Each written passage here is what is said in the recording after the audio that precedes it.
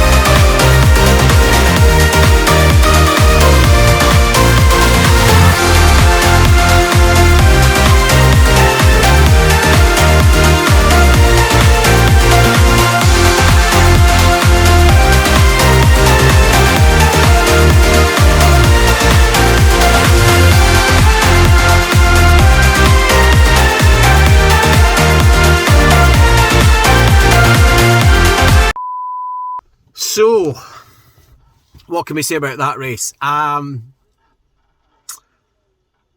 restrictions, and certainly the organiser here, have dictated / chosen to have a gridded system. So, 5 riders across. The first 3 or 4 rows are predetermined. So, your name gets called out and you're on a certain position. So, yeah, the first 20 odd riders are already determined, and then everyone else. So we started at the back, which is rubbish.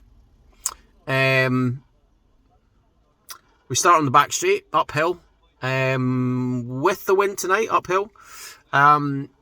We've then got a sweeping left-right, and then a long left-hander, which takes you up, back into the wind, up the little drag to the start-finish line.